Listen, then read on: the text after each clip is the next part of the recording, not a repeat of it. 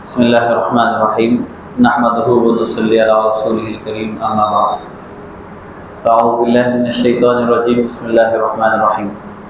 मुअज़्ज़ज़ व मुकर्रम हाज़रीन, अस्सलामु अलैकुम व रहमतुल्लाहि व बरकातुहू। इंशाअल्लाह चूँकि ईद उल फित्र क़रीब है और अल्हम्दुलिल्लाह शब क़द्र अल्लाह ने हमको नसीब फरमाई। इसके अलावा भी एक और दो ताख़रातें हैं। एक ताख़रात अभी इंशाअल्लाह अता होने वाली है, फिर उसके बाद चांद रात जिसको कहते हैं उसको लैलतुल जायज़ा यानी इनाम की रात कहा जाता है। फिर उसके बाद ईद उल फित्र का दिन आता है। तो इन चीज़ों से, इन अय्याम से ताल्लुक़ रखने वाले मसाइल पर आज इंशाअल्लाह गुफ्तगू होगी, दर्स होगा। सबसे पहले सदक़ा फ़ित्र के हवाले से कुछ बातें आप हज़रात के गोशे गुज़ार करेंगे। सदक़ा फ़ित्र वाजिब है, उसके वाजिब होने के लिए सिर्फ 3 शर्तें हैं। यानी फितरा जिसको कहते हैं आम ज़बान में फितरा देना, वो देने के लिए 3 शर्तें हैं। वो क्या हैं? पहली चीज़ है कि आज़ाद होना। पहले ज़माने में ग़ुलामी का तरीक़ा था, अब तो वो नहीं रहा। फिर उसके बाद दूसरी चीज़ है मुसलमान होना। मुसलमानों पर सदक़ा फ़ित्र देना वाजिब है। और फिर तीसरी चीज़ क्या है? किसी ऐसे निसाब का मालिक होना जो असली हाजत से ज़ायद हो और क़र्ज़ से महफूज हो। इसी तरह माल का नामी यानी बढ़ने वाला होना या उस पर 1 साल का गुजरना शर्त नहीं है। साहिब निसाब किसको कहते हैं? जिसके पास कम से कम 52.5 तोले चांदी या फिर उतने पैसे होना चाहिए। अगर है तो आप पर सदक़ा फ़ित्र वाजिब है। ज़कात का मामला ज़रा अलग है। ज़कात के लिए क्या है? आप अगर साहिब निसाब हैं तो 1 साल तक आपके पास वो सोना चांदी या मालो दौलत आपके पास 1 साल महफूज है, उसके बाद ज़कात वाजिब होती है। मगर सदक़ा फ़ित्र ईद का दिन शुरू हो गया तो वाजिब होगी। 1 साल गुजरना ज़रूरी नहीं है। ईद के दिन से पहले तक आपके पास कुछ भी पैसे नहीं थे, ईद का दिन सुबह हो गई, आपके पास पैसे भी आ गए, तो उसी वक्त आप पे सदक़ा फ़ित्र वाजिब है। सदक़ा फ़ित्र के वास्ते साल गुजरने की ज़रूरत नहीं है। और उसके अलावा ऐसा भी नहीं है कि माल ज़रूरत से ज़्यादा हो, यानी सामान्य जैसे कि ज़कात में तिजारत का अगर माल है आपके पास तो उसकी ज़कात वाजिब है। मगर सदक़ा फ़ित्र में वो भी नहीं है।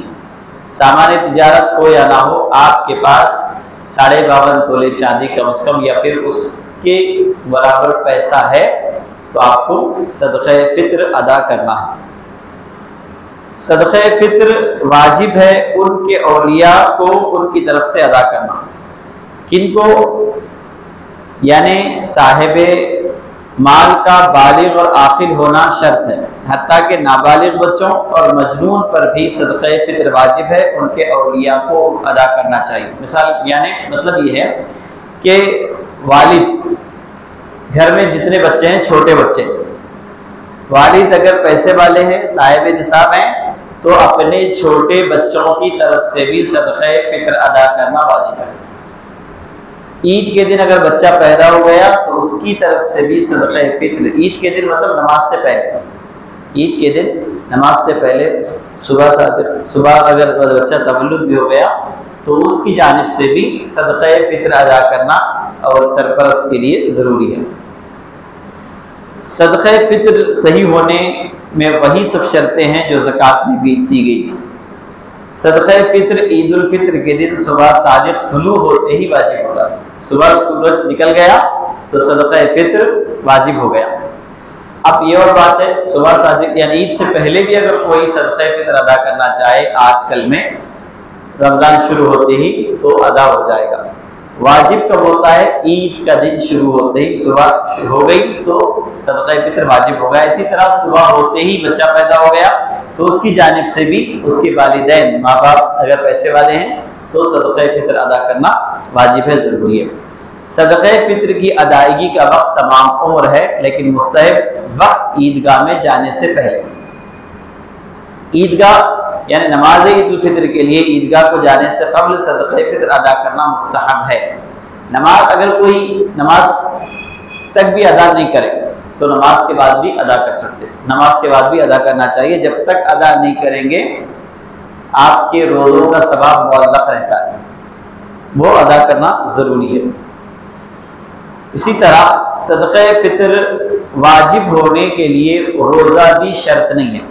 यानी अगर रमज़ान में कोई बीमारी की वजह से, ज़ईफ़ होने की वजह से रोज़े नहीं रख सके, वो भी ये नहीं सोचेंगे कि अगर रोज़े इतने रखे तो सदका फित्र कैसा अदा करना, ऐसा नहीं है। सदका फित्र अलग इबादत है, रोज़े अलग इबादत है। रोज़ा रखना फ़र्ज था, बीमारी की वजह से, मजबूरी की वजह से, बुढ़ापे की वजह से नहीं रख सके तो वो अलग मसला है। मगर आप पैसे वाले हैं, ईद का दिन आपने पा लिया तो आप पर सदका फित्र अदा करना वाजिब है, ज़रूरी है। सबसे पहले सदका फित्र अपनी ज़ात की जानिब से अदा करेंगे, फिर उसके बाद अपनी नाबालिग औलाद की तरफ से अदा करना वाजिब है। लेकिन अगर खुद नाबालिगों का मालिक हो, लेकिन अगर खुद नाबालिगों का माल हो तो उनके माल से अदा करें। यानी छोटे बच्चे हैं, कोई सरपरस्ती कर रहे बच्चों की, मिसाल के तौर पे कोई यतीम बच्चों की सरपरस्ती कर रहे और उनका माल है वो सरपरस्त के पास, तो ये जो सरपरस्त है वो यतीम बच्चों के माल में से सदका फित्र अदा करेंगे। बालिग औलाद की तरफ से सदका फित्र अदा करना वाजिब नहीं, अगरचे वो बाप ही के ज़ेरे परवरिश हो। यानी बच्चे घर में सब बड़े हैं, बाप कमाने वाले एक ही हैं, बाकी के सब बच्चे बालिग हैं, नौकरी नहीं कर रहे, तो अब बाप पर वाजिब नहीं है सदका फित्र देना। अब वो बच्चों की जिम्मेदारी है, उनके पास अगर पैसे हैं, हम बालिग हैं, शऊर वाले हैं, तो गोया बालिग होने के बाद शरीयत के अहकामात इंसान से रास्त ताल्लुक़ रखते हैं। बालिग होने से पहले उनके अहकामात उनके वालिदैन पूरे करेंगे। जैसे कि पैदा होते ही अकीक़ा करना है, अच्छा नाम रखना है, ये वालिदैन की जिम्मेदारी है। कब तक? जब तक बच्चा बालिग नहीं होता, उनके आमाल, उनके तरफ से कोई हरकत, कोई अमल अदा करना है तो वालिदैन करें। जब बच्चा बालिग हो जाए, समझ वाला हो जाए, शऊर वाला हो जाए, तो अब वो सारे आमाल खुद अदा करेगा। नमाज भी फ़र्ज हो रही है, रोज़ा भी फ़र्ज हो रहा है, तो इसी तरह सदका फित्र भी अगर उसके पास पैसे हैं, इतने पैसे हैं कि सदका फित्र अदा कर सके, तो अब उस पर वाजिब हो गए। वालिदैन पर अब वाजिब नहीं है। इसी तरह बाप नहीं है, माँ खाली परवरिश करने वाली है, तो माँ पर वाजिब नहीं है सदका फित्र अदा करना। बाप है, बच्चे छोटे हैं तो बाप पर ज़रूरी है, अगर उसके पास पैसे हैं तो बच्चों की जानिब से भी वो अदा करेगा। इसी तरह शौहर पर ज़ौजा का यानी बीवी का सदका फित्र वाजिब नहीं, ज़ौजा को अपने माल में से अदा करना चाहिए। आजकल का जो सदका फित्र है 100, 150, 200, 250 होगा, इतने पैसे तो आज हर औरत के पास तो कम से कम रहते।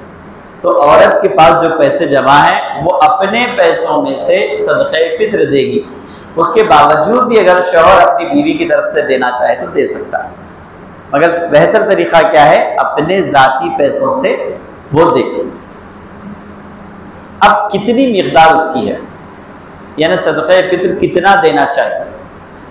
सदका फित्र की मिक़दार ये है कि अगर गेहूँ हम दे रहे हैं तो आधा सा हर शख्स की तरफ से देना चाहिए। आधा सा किसको बोलते हैं? जैसे कि पहले ज़माने में सा होता था, अब सेर होते हैं, अब तो केजी किलो का आया मामला। पहले उस ज़माने में सा एक माप समझा जाता था।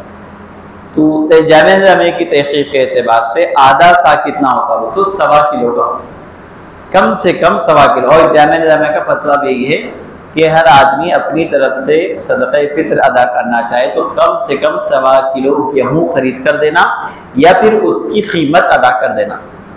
फिर उसके बाद 2.5 किलो भी दे सकता है, उससे ज़्यादा भी दे सकता है। शुमाली हिंद के जो उलमा है उनकी तहकीक के एतबार से आधा सा जो है 2.5 किलो का होता है। 2.5 किलो गेहूँ खरीद के दें या फिर उसकी कीमत दें। बेहतर यह है कि कीमत दें, और इसके अलावा गेहूँ देना ही ज़रूरी नहीं है। ये औसत दर्जे के, मिडिल क्लास, जो कम दर्जे के पैसे फाइनेंशियल एतबार से ज़्यादा साउंड नहीं रहते, वो लोगों का मामला है। जिसको अल्लाह ने अच्छा नवाजा है तो इससे बेहतर तरीके से सदक़ा फित्र अदा करें। मिसाल के तौर पे अच्छे खजूर खरीद के, अरब में जो कि अच्छे से अच्छे खजूर दिए जाते थे, उस वक़्त रिवाज था तो खजूर खरीद के दिए जाते थे। इसी तरह मुनक्का, किशमिश ये खरीद के दिया जा सकते हैं। अगर ये देना है तो 1 सा देना, 1 सा मतलब 2.5 किलो खरीद के देना। ये किन लोगों के लिए जो मालदार हैं अच्छे दे सकते हैं। और तमाम सूरतों में बेहतर सूरत यह है कि हम अनाज, गेहूँ, चावल, खजूर, किशमिश, काजू, बादाम ये देने के बजाय माल और कीमत दे देना, पैसे देना, ताकि अब 10 लोग, हमारे पास जो रिवाज है अक्सर लोगों के जहन में गेहूँ है, गेहूँ खरीद के देते हैं। अब लेने वाला सिर्फ गेहूँ जमा कर रहा, तो उसकी जो दूसरी ज़रूरियात है वो पूरे नहीं हो रहे। तो इसलिए हम बजाय गेहूँ देने के कीमत अगर उसको देंगे तो अपनी ज़रूरत की चीज़ पूरी कर लेता। और सदक़े फित्र रखने के मकसद में एक मकसद ये है कि गरीब ईद की खुशियों में शामिल हो जाए। अब उसको ज़रूरत है कपड़े खरीदने की, हम गेहूँ ले जाकर दे रहे हैं, तो वो गेहूँ से ईद की खुशियों में शामिल नहीं हो सकता। ईद की खुशियों में जहाँ पर लोग नए कपड़ों से एहतमाम करते हैं, मुस्तहब तरीक़ा है ईद के दिन नए कपड़े पहनना, तो उसकी ज़रूरत पूरी होती है अगर हम उसको कीमत अदा करेंगे।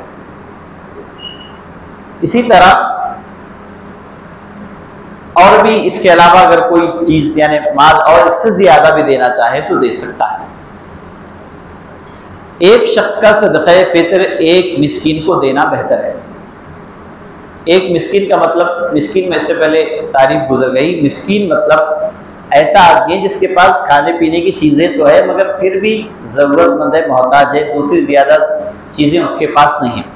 फ़कीर किसको बोलते हैं? जिसके पास कुछ भी नहीं है उसको फ़कीर। मिस्कीन का मतलब क्या है? थोड़ी बहुत ज़रूरत की चीज़ें हैं मगर मुकम्मल ज़रूरत की चीज़ उसके पास नहीं है, उसको मिस्कीन बोलते हैं। तो उसको देना। अब अगर किसी को ये ख्याल है कि वो सदक़े फित्र ज़्यादा अदा करे, मिसाल के तौर पे बादाम 1 किलो खरीद के देना चाह रहा या उसकी कीमत देना चाह रहा, तो अब चूँकि कीमत ज़्यादा होगी तो एक के बजाय 2-3 लोगों को भी दे सकता है, या फिर एक को भी दे तो बेहतर है। ये सदक़े फित्र। अब किसको देना है सदक़े फित्र? सदक़े फित्र भी उन्हीं को देना चाहिए जिनको ज़कात देना है। किसको देना है? उसके मसाइल ज़कात में गुजर गए कि उसके 7 लोगों का जिक्र किया गया। मिस्कीन है, फ़कीर है, क़र्ज़दार है और क़ैदी है और फ़ी सबीलिल्लाह है, मुसाफिर है। ये 3 लोगों को ज़कात देना है। तो इन्हीं लोगों को आप सदक़े फित्र भी देना है। सबसे उसके ज़्यादा मुस्तहक़ गरीबों में अगर आप देखने का आगाज़ करें तो अपने रिश्तेदारों से शुरू करें। सबसे पहला उनका है, अपने रिश्तेदारों में जो गरीब हैं उनको दें। अगर नहीं है तो फिर उसके बाद बाहर आपको मालूम है कि हकीकत में वो मुस्तहक़ है तो उसको दें, वरना उसका बेहतरीन मसरफ़ ये है कि दीनी मुस्तहक़ इदारे जहाँ पर तलबा रहते खाते हैं, सिर्फ पढ़ के आने वाले मदरसे में नहीं, जहाँ पे बच्चे रहकर तालीम हासिल करते हैं, वहाँ पर खाना पीना भी है उनको, तो वहाँ पर ये चीज़ें दें। और देखिए सदक़े फित्र की रकम हो या फिर ज़कात की रकम हो, मस्जिद की तामीर के लिए नहीं दे सकते, मदरसे की तामीर के लिए नहीं दे सकते, किसी की तनख्वाह के लिए नहीं दे सकते। ये गरीबों का हक़ है, आपको इन गरीबों तक पहुँचाना है। आप हकीकत में आपने इस ज़कात का, सदक़े फित्र का सवाब हासिल करना चाहते हैं तो आपको गरीब को ढूंढना है, तलाश करना है, उसको पहुँचाना है। नहीं घर पे के सामने आया, आवाज़ आई, दे दिए, ये समझ रहे हैं कि सदक़े फित्र अदा हो गया, अदा हो गया, नहीं हुआ। सदक़े फित्र अदा करना, ज़कात अदा करना और कुर्बानी का चर्म अदा की कीमत देना, जब तक उसके मुस्तहक़ लोगों तक वो माल नहीं पहुँचेगा आपकी वो इबादत अदा नहीं हुई।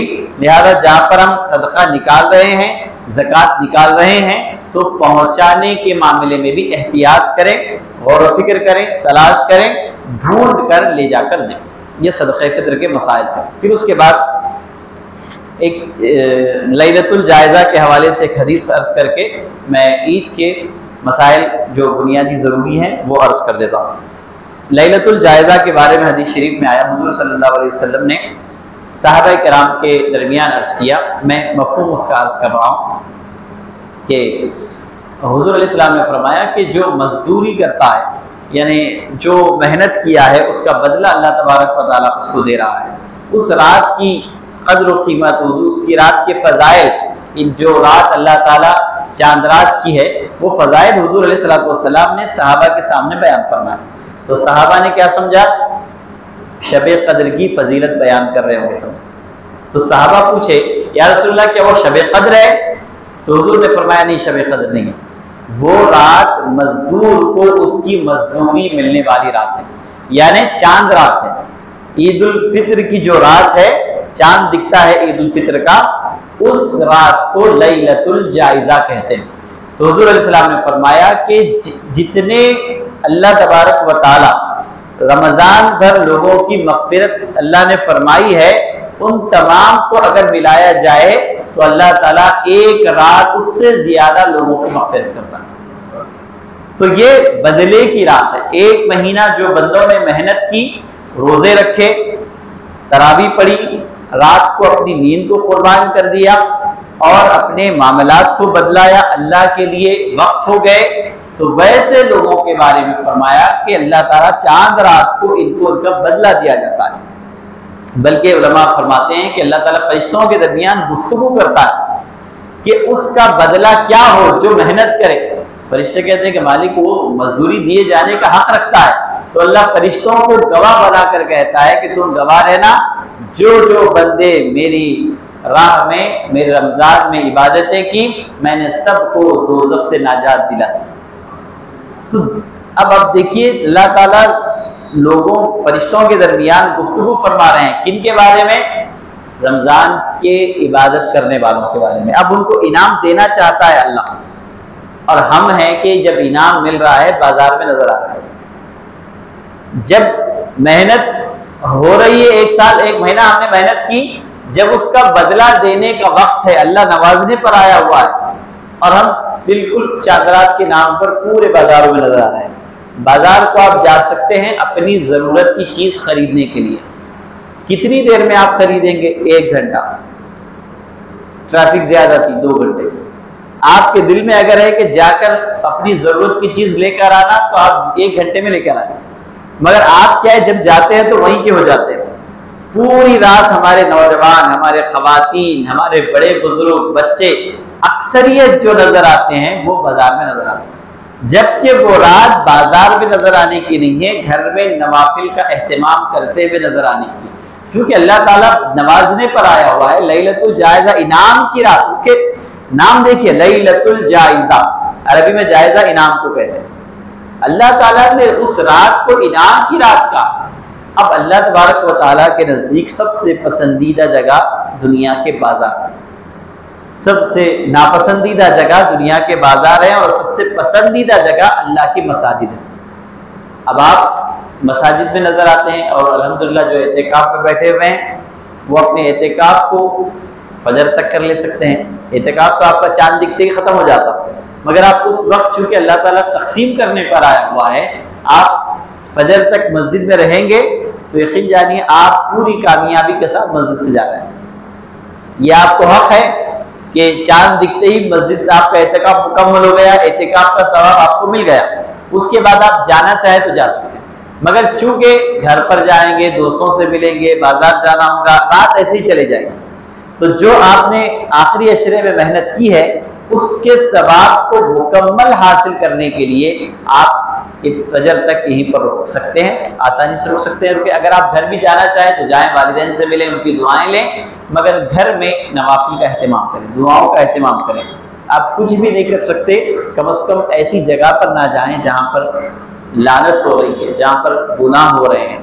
बाजार ज़रूरत की चीज़, अब हो सकता है ऐसे भी कई लोग अपने ज़रूरत की चीज़ें एतिकाफ में बैठने की वजह से नहीं ले सके, ऐसा नहीं है कि बाजार ना जाएं, जितना जल्दी हो सके अपनी ज़रूरत की चीज़ लेकर वापस आ जाएं। मगर वहां पर घंटों डाल देना गुनाह में ये अपने सवाब को खत्म करने वाली बात है। फिर उसके बाद नमाज ईद के हवाले से कुछ ज़रूरी बातें अर्ज़ करके अपनी गुफ्तगू को समेट लूँगा। देखिए, नमाज ईद और नमाज जुमा उसके शराइत तकरीबन करीब करीब एक ही हैं। अलबत्ता नमाज जुमा में खुतबा जो है वो वाजिब है, ज़रूरी है। अब ये जो ईदैन का खुतबा है ये सुन्नत है, और इसका तरीक़ा ये है कि ईद का जो खुतबा है वो नमाज के बाद दिया जाता है, और जुमा का जो खुतबा है वो नमाज से पहले दिया जाता है। ईदैन के आदाब, ईद की नमाज को आप जाना चाहें तो क्या क्या चीज़ें मुस्तहब है, उसका एहतमाम किस तरह होना चाहिए। सबसे पहली चीज़ है अपने आप को आरास्ता करना। आरास्ता का मतलब गुस्ल करना, अपने नाखून निकालना। ये ईद उल फित्र की बात है। ईद उल अज़हा में अगर आप कुर्बानी देना चाहें तो ईद की नमाज के बाद नाखून निकालेंगे। ईद उल फित्र में नमाज को जाने से पहले गुस्ल करेंगे, नाखून निकालेंगे, फिर उसके बाद मिसवाक करेंगे, अच्छे लिबास पहनेंगे, उम्दा लिबास। ज़रूरी नहीं कि नए पहने, मगर आजकल नए लिबास पहनना कोई मुश्किल की बात नहीं थी। पहले ज़माने में नया लिबास खरीदना बड़ी मुश्किल की बात थी। आज अल्हम्दुलिल्लाह आम दिनों में भी लोग नए कपड़े खरीदते हैं। तो ईद के दिन कोशिश करें कि नए कपड़े खरीद कर पहने। अगर नहीं है किसी के पास तो जो अच्छे कपड़े हैं उसको धोकर इस्त्री करके अच्छे साफ़ सुथरे कपड़े पहने। उसके बाद खुशबू का अहतमाम करें। ईद के दिन फजर की नमाज अपने मोहल्ले की मस्जिद में अदा करें। ये ईद के आदाब में से, जहाँ हम रहते हैं वहाँ की मस्जिद में ईद की नमाज पढ़ना ये सुन्नत है, मसनून है, मुस्तहब है। और जब ईदगाह अगर कोई जाए तो जल्दी सुबह जाना, सुबह के वक्त। आज हमारे पास ईद की नमाज ईदगाह में बहुत देर से रखते हैं, क्योंकि ईदगाह आजकल शहर बड़े हो गए हैं, ईदगाह दूर होते हैं, पहुँचने में ताख़ीर होती है, इसलिए वहाँ देर से नमाज रखते हैं। पहले ज़माने में जब मदीना शरीफ में हुज़ूर अलैहिस्सलाम थे और आबादी इतनी ज़्यादा नहीं थी, ईदगाह भी करीब था, तो इसलिए लोग सवेरे जल्दी जाते। तो हम क्या करें, जो वक्त है उस वक्त से पहले ईदगाह को पहुँचे, और ईद को जाने से पहले सदक़े फ़ित्र अदा करें। आप बेहतर यह है कि ईद के दिन से पहले पहले दे दें। ईद के दिन जल्दबाजी में अदा नहीं कर सकते, ईद से पहले देना ये बहुत ज़्यादा बेहतर है। और एक चीज़ मुस्तहब यह है, ईद को नमाज को जाने के लिए ईद उल फित्र में जाने से पहले खजूर या कोई मीठी चीज़ खाकर जाएं, ये सुन्नत है, मुस्तहब है। अगर मिलता है तो खाकर जाएं, नहीं खाकर जाएंगे भी तो कोई बात नहीं है। ये जो सारी चीज़ें बयान की जा रही है ये मुस्तहब और सुन्नत है। करेंगे तो सवाब है, नहीं करेंगे तो गुनाहगार नहीं होंगे। अगर आप खजूर खाना चाहें तो ताक़दत में खाएं। ताक़दत मतलब ये 1, 3, 5 इस तरह, 1 खाएं या 3 खाएं या 5 खाएं, ताक़दत में खाएं। इसी तरह ईद की नमाज खास ईदगाह में जाकर अदा करना ये सुन्नत है। आजकल शहर में बड़े मसाजिद हैं, लोगों की आबादी ज़्यादा है, मसाजिद में भी नमाज होती है, आप वहाँ भी अदा करेंगे तो नमाज हो जाएगी, मगर सुन्नत का सवाब आपको हासिल करना है तो ईदगाह में ही जाना पड़ेगा। चूँकि ईद हुज़ूर अलैहिस्सलाम ईदगाह भी जाते, ईदगाह में तशरीफ़ ले गए थे। एक मरतबा ऐसा भी हुआ कि शिद्दत की बारिश थी, ईदगाह नहीं जा सके तो आपने मस्जिद में भी नमाज अदा की। तो उसके पेश नज़र मसाजिद में भी अगर आप ईद की नमाज अदा करेंगे, जहाँ पर 5 गाना नमाजें होती है, जुमा होता है, वहाँ पर ईद की नमाज अगर हो रही है तो वहाँ पर भी आप नमाज पढ़ सकते हैं। ईदगाह को एक रास्ते से जाना और दूसरे रास्ते से आना। इसी तरह अगर कोई मस्जिद को आ रहा है तो एक रास्ते से आए, घर को जाते वक्त दूसरे रास्ते से जाए, ये मुस्तहब तरीक़ा है। इसी तरह ईदगाह को पैदल जाना, बशर्ते कि ईदगाह अगर करीब है। अब आज की ईदगाह बहुत दूर है, पैदल जाएंगे तो ईद की नमाज का ज़ोहर की नमाज भी हो जाती है, पहुँचते ही नहीं। तो अगर करीब है, इसका घर पैदल जा सकते हैं तो जाए, अगर नहीं तो आप जैसी सहूलतें जाएंगे। और जाने के आदाब में ये है कि रास्ते में तकबीर कहते हुए जाए, अल्लाहु अकबर, अल्लाहु अकबर, ला इलाहा इल्लल्लाह, अल्लाहु अकबर, अल्लाहु अकबर, वलिल्लाहिल हम्द, ये पढ़ते हुए जाए, जाते वक्त भी आते वक्त। ईद उल फित्र में तकबीर आहिस्ता और ईद उल अज़हा में बुलंद आवाज़ से पढ़े। जब रास्ते से आप गुजर रहे हैं, ईद उल फित्र में जा रहे हैं, तो औसत दर्जे से अपने आप को सुनाना उतनी आवाज़ में। ईद उल अज़हा के लिए आदाब ये बताए गए कि ज़रा बुलंद आवाज़ से और उसके आदाब में क्या है? खैर खैरात करना। ईद की नमाज को आते वक्त आप खैर खैरात करना, इस तरह खुशी का इजहार करना, ये भी मुस्तहब अमाल में से, हुजूर अलैहिस्सलातु वस्सलाम की सुन्नतों में से। ईद के दिन आप खुशी का इजहार करते और अल्हम्दुलिल्लाह अल्लाह तबारक व तआला ने इस दिन को बनाया ही ऐसा है कि हर एक के दिल में खुशी पैदा हो, खुद का खुद फितरत में दाखिल हो जाए। ईद आती है तो किसी को बोलने की जरूरत नहीं रहती कि आप खुश हो जाए, खुद ब खुद अल्लाह तबारक व तआला ने ऐसा माहौल बनाया है कि खुशी महसूस होती है। अब जब हम महसूस कर रहे हैं तो उसका इजहार भी करें, हर मिलने वाले को मुबारकबाद दें, मुस्कुराते हुए मिलें, गले मिलें। अपना कोई दुश्मन है तो उसको माफ कर दें। माफ करने का मतलब दिल से भी उसको माफ कर दें। ऐसा नहीं कि ईद है बोल के मिला तेरे से खाली, पहले जो गलती थी वो जैसे कि वैसी है दिल में, वैसा नहीं। आप जब मिल रहे हैं तो दिल को भी साफ करें कि अल्लाह के लिए किसी को माफ कर रहे हैं तो ये बहुत बड़ी बात है। अल्लाह तबारक व तआला के लिए अगर कोई बंदा किसी को दुनिया में माफ करता है तो अल्लाह उसके गुनाहों को माफ करता है। तो ये जब कुछ चीजें थी। फिर उसके बाद आखिरी में नमाज ईद का तरीका एक समाप्त कर लें, उसके बाद दर्स का इख्तिताम होगा। चूंकि हम साल में 2 नमाजें रहती है, इसका तरीका जहन में नहीं रहता। ईद के दिन भी नमाज का तरीका बताया जाता है, मगर चूंकि आदत नहीं रहती इसलिए गलती होने का इम्कान रहता है। तो इस तरह आप तवज्जो के साथ ईद की नमाज का तरीका सुने। नमाज ईद का तरीका यह है कि पहले नमाज ईद की नीयत करें। नीयत क्या है? 2 रकात नमाज ईद उल फित्र अदा करता हूँ 6 तकबीरों के साथ अल्लाह ताला के वास्ते, पीछे इस इमाम, मुँह मेरा काबा शरीफ की तरफ, पीछे इस इमाम। ये जुमले अगर आपको बोलने नहीं भी आए तो कोई बात नहीं, दिल में इरादा करें ईद की नमाज पढ़ रहा हूँ 6 तकबीरों के साथ पीछे इमाम साहब के, ये दिल में इरादा कर लिया। और नीयत दिल के इरादे का नाम है। जैसे भी आपको दिल के इरादे करना आता आप इरादा कर ले, वही नीयत। बेहतर तरीका यह है कि ये जुमले आप जबान से अदा करें कि 2 रकात नमाज ईद उल फित्र वाजिब 6 तकबीरों के साथ अदा करता हूँ वास्ते अल्लाह के, मुँह मेरा काबा शरीफ की तरफ, पीछे इस इमाम के या ताबे इस इमाम के। इसी तरह अब नीयत हो गई, उसके बाद अल्लाहु अकबर कहकर हाथ बांध लें। पहली बार जब नीयत हो गई उसके बाद इमाम साहब भी अल्लाहु अकबर बोलेंगे, पीछे वाले भी अल्लाहु अकबर कह के हाथ बांध। हाथ बांधने के बाद करना क्या है? सना पढ़ेंगे, सुब्हानक अल्लाहुम्मा व बिहम्दिका व तबारक अस्मुका व तआला जद्दुका व ला इलाहा गैरुक। ये मुक्तदी भी पढ़ेंगे, इमाम भी पढ़ेंगे। अब ये पढ़ने तक हाथ बांधे हुए थे आप, फिर उसके बाद अल्लाहु अकबर कहते हुए दोनों हाथ कानों तक उठाएं और छोड़ दें। सना पढ़ने के बाद अल्लाहु अकबर बोला जाएगा, हाथ उठाना है और छोड़ देना है। फिर उसके बाद हाथ छोड़कर इतनी देर ठहरना है, कम से कम 3 मरतबा सुभान अल्लाह बोलना, उतनी देर हाथ नीचे रख के बैठा। फिर उसके बाद दूसरी मरतबा इसी तरह अल्लाहु अकबर कहते हुए कानों तक हाथ उठाएं और छोड़ दें। इसी तरह फिर तीसरी मरतबा अल्लाहु अकबर कहते हुए कानों तक हाथ उठाएं और छोड़ दें, और न छोड़ें, बांध लें। अब मैं आपको समझाता हूँ। पहली मरतबा नियत करें, नियत करने के बाद अल्लाहु अकबर कह के हाथ बांध लिए। हाथ बांधने के बाद सना पढ़ना है। सना पढ़ने के बाद 3 मरतबा अल्लाहु अकबर बोला जाएगा, 2 बार हाथ उठा के छोड़ देना है, तीसरी बार बांध देना। यह आसान तरीका है। फिर उसके बाद इमाम साहब औज़ बिल्लाह बिस्मिल्लाह पढ़ के सूरह फातिहा पढ़ेंगे, फिर दूसरा सूरा पढ़ेंगे, फिर उसके बाद रुकू होगा, सजदा होगा, 1 रकात मुकम्मल होगी। दूसरी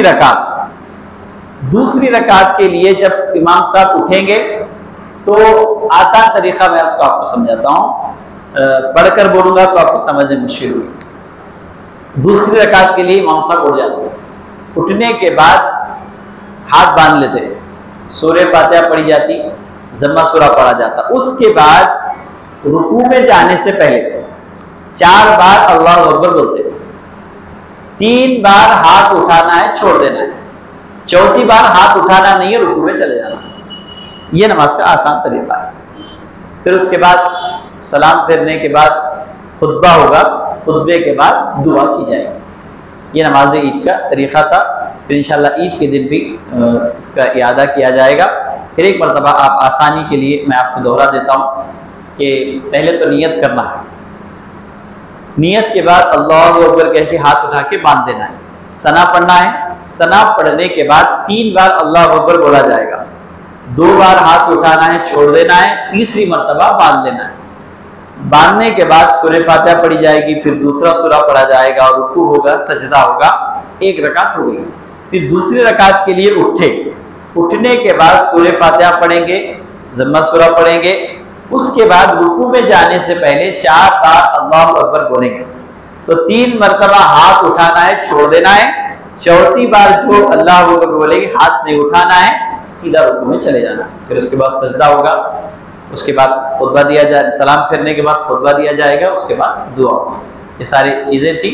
उम्मीद है कि आप हज़रात को समझ जाएंगी। अल्लाह ताला की बारगाह में दुआ है कि मौला ताला जो कुछ पढ़ा जा रहा है मौला उसको सही मानों में समझने की तौफीक नसीब फरमा, और हमें हमारे आमाल की इस्लाह की फ़िक्र और उसकी तौफीक नसीब फरमा, हमारे आमाल को मुज़य्यन करने की हमको तौफीक नसीब फरमा। आमीन बिजाही तहा व यासीन व अलैना अल बलाग। अस्सलामु अलैकुम व रहमतुल्लाहि व बरकातुहू।